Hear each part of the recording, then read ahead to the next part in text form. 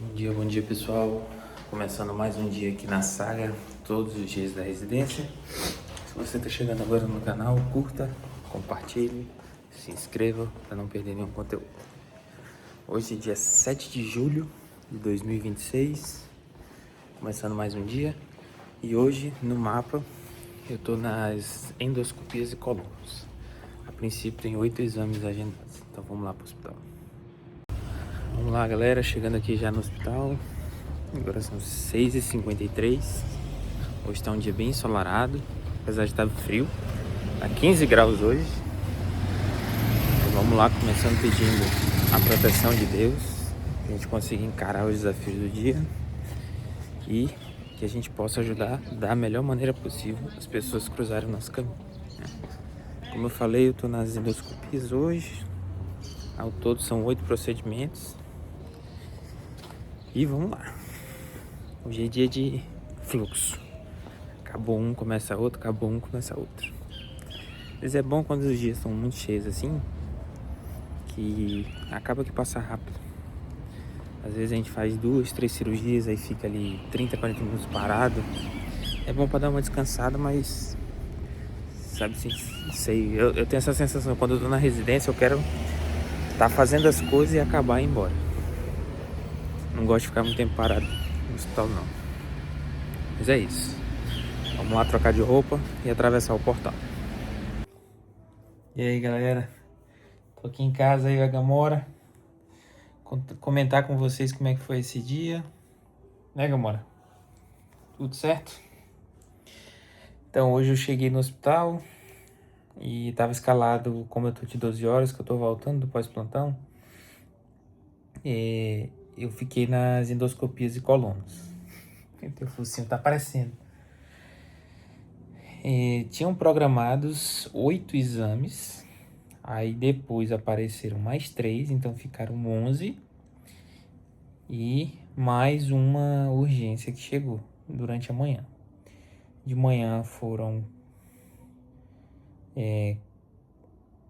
4 endoscopias com 3 dilatações da parte entre o esôfago e o entre o esôfago e o estômago. Os pacientes eles tinham doença de Chagas, aqui é uma área bem endêmica. E aí precisava dilatar.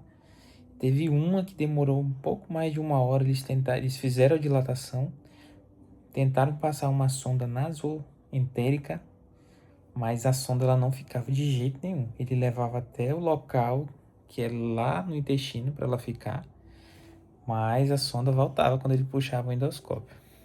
Aí pela manhã foi isso, foram 4 exames, esse último aí demorou um pouquinho mais porque ele não conseguiu passar a sonda.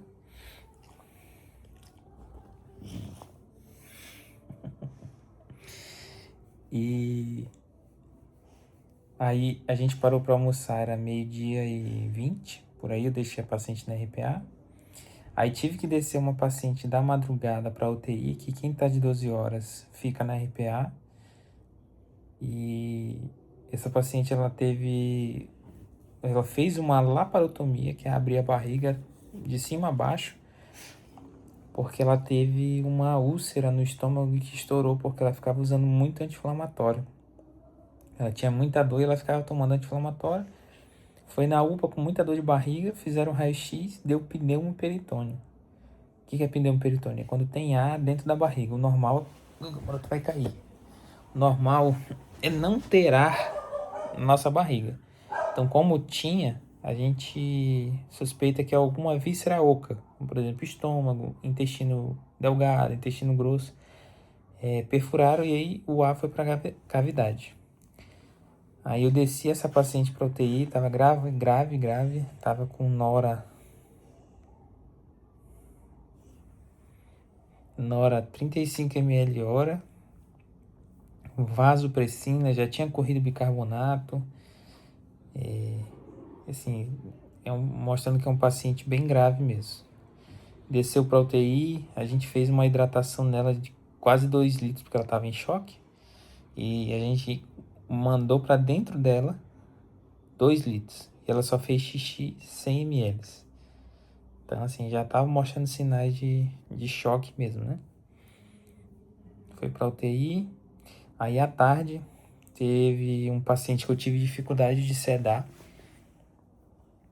Ele ia fazer uma endoscopia e colono ao mesmo tempo, né? Aí eu fui fazendo as medicações para ele, mas ele não dormiu. O Propofol estava num alvo de 3 na bomba de infusão. Isso é um alvo bem alto, 3, né? A gente pode até aumentar mais, mas corre o risco do paciente fazer apneia, que é essa medicação, quando ela é muito infundida, o paciente ele entra em apneia e fica sem respirar. Aí a gente tem que ventilar, né? Tudo bem, a gente está ali, anestesista para isso, né? Fazer a sedação de maneira segura, tendo as coisas. E aí eu tive dificuldade, aí a doutora me disse para fazer a gente aumentar o alvo e o acesso dele parou de funcionar nesse meio tempo, né? Aí eu puncionei outro acesso na mão dele, do outro lado, e aí a gente fez ketamina. Ele tinha 105 quilos, aí foi feito 40 miligramas de ketamina e aí eu segui com o Propofol. Deixei o Propofol no alvo de 3 e aí ficou tudo certo. Fez a endoscopia e fez a colono. Ele tinha uma lesão no reto, foi feita a biópsia e aí levaram para ver o que é. Esse eu tive dificuldade, demorou quase 1h30, e 40 minutos foi só para tentar sedar, o exame mesmo foi rápido. Aí depois foi mais uma colono, mais uma endoscopia, e aí por último era aquela urgência que chegou, que eu falei que era uma hemorragia digestiva. O paciente 7 horas da manhã, depois de tomar o café, vomitou sangue. Aí foi pronto-socorro, aí durante o dia tentaram manejar ele para estabilizar. Ele chegou com uma hemoglobina de 15, e aí quando ele foi fazer o exame ele estava com 9,6, então estava sangrando bastante. Aí por garantia a doutora preferiu entubar, garantia via aérea, para poder fazer endoscopia e não correr o risco dele broncoaspirar, que é o conteúdo que está no estômago, que podia ser comida, sangue, ir para o pulmão e causar infecção, que a gente chama isso de síndrome de Mendelssohn. E aí entubou, sequência rápida, a gente usou fentanil, etomidato e succinilcolina. Aí entubei sem problema, a via aérea dele era fácil. E o exame demorou acho que 30 minutos. E quando chegaram lá no estômago que viram, era uma úlcera grandona, que ia na pequena curvatura até o piloro, que são as regiões anatômicas do estômago. Aproximadamente uns 6 centímetros de úlcera. Aí estavam desconfiando que era neoplasia, né? Podia ser de origem neoplásica, que é câncer do estômago, né? Não biopsiaram nem nada, só viram lá um local que podia ser o possível sangramento. E aí o que foi feito foi, eles colocaram um clipe lá, que é para não ressangrar, né? Aí o exame demorou uma meia hora, entubei, fez o exame, estubei e levei ele pro PS. E hoje o dia foi bem corrido, né? Quando tem endoscopia, colono, assim, o volume de exame é alto, né? Apesar de serem pacientes assim mais graves, que têm mais procedimentos, mas geralmente uma endoscopia dura 10, 15 minutos, uma colono 20, 25. Mas como são pacientes internados, que têm mais comorbidades, tem às vezes fazer biópsia, tem que investigar tudo, aí acaba demorando um pouco o exame, né? E eu queria deixar registrado aqui também, nesse dia 7 de julho, foi um dos dias que eu tive uma pequena vitória do dia da residência, que é, eu fui para lá e eu me senti seguro. O que eu quero dizer com isso? Eu quero dizer que das outras vezes que eu ia, eu sempre ia com muito medo mesmo, assim, o que pode acontecer, o paciente vai desandar, e eu ficava sofrendo mais na minha mente do que realmente acontecia de fato, né? E hoje não, eu fui com um pensamento positivo de que ia dar certo, fui tranquilo e deu tudo certo. As coisas aconteceram, o doutor Rafael, que é o endoscopista, teve dificuldade, ele e a residente dele tiveram as dificuldades do exame. Eu tive minhas dificuldades, mas eu consegui manter a sedação junto com a doutora lá, que estava lá comigo. E, e deu tudo certo. Hoje, pela primeira vez, eu fui para lá, fui com a cabeça boa, me senti seguro em saber o que eu estou fazendo, em fazer as coisas. E as coisas foram bem feitas. Os pacientes ficaram sedados. Uma coisa que eu fico feliz é quando o paciente ele fica paradinho, né? Porque mostra que eu estou sabendo sedar. E principalmente quando passa o endoscópio na garganta, o paciente ele tem aquele reflexo, né? Quando passa e vai aqui no fundo da garganta, ele... Esse negócio, eu já estou conseguindo fazer as medicações e esperar o tempo da medicação agir.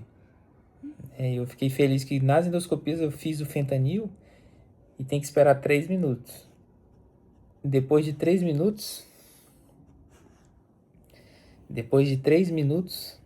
eu falo assim, pode começar o exame, né? Depois que eu fiz o propofol, o paciente dormiu e tudo, mas eu faço o fentanil, aí eu vou colocar pressão, vou colocar o monitor cardíaco, colocar o oxímetro, e é o tempo que a medicação corre e faz efeito.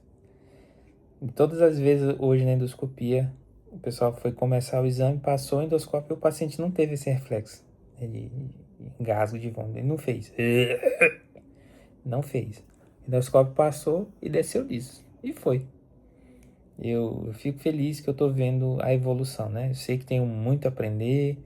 Aí às vezes assim a gente acha que tá seguro aí o mundo cai, mas hoje foi uma pequena grande vitória para mim. Mostra que eu tô evoluindo, que eu tô começando a ficar assim, realmente ir para lá e pensar positivo, que as coisas vão dar certo e que o melhor vai acontecer. Porque realmente é isso. A gente se prepara para o melhor e se prepara para o pior também. Se o pior acontecesse, eu sabia o que ia fazer, e se eu não soubesse, eu ia aprender na hora, porque a chefe ia me ensinar. E a gente tem que entender que às vezes também nós não vamos conseguir fazer tudo, né? A gente tem que entender que nós somos uma parte impotente também. A gente faz todo o possível, mas depende do paciente também fazer a parte dele, responder as drogas, às vezes o que ele tem, a lesão, né? É muito difícil a ponto de a gente tentar todas as medidas e não resolver. Mas deu tudo certo hoje. Fico feliz que eu fui seguro, voltei seguro e principalmente voltei com a cabeça boa. No início da residência eu ia para a residência muito assustado, eu voltava para casa cansado, assim, cansado mentalmente, muito mais que fisicamente. Fisicamente a gente fica cansado, fica com sono, sente fome, é normal. Mas o psicológico ele vinha muito, muito abalado. E hoje eu fico feliz que voltei com a cabeça boa, assim, tô cansado do dia, foi muito corrido. Eu falo assim, foram 9 exames, né? 9 exames corridos, com os pacientes com as suas patologias, eu tinha que preparar, pegar acesso, correr o soro, fazer as medicações, né? Então são coisas que demandam tempo e a gente vai ganhando agilidade e confiança. Fechou, galera? Então continua acompanhando aí para não perder nenhum conteúdo. Falou, abraço, sucesso e tchau, tchau.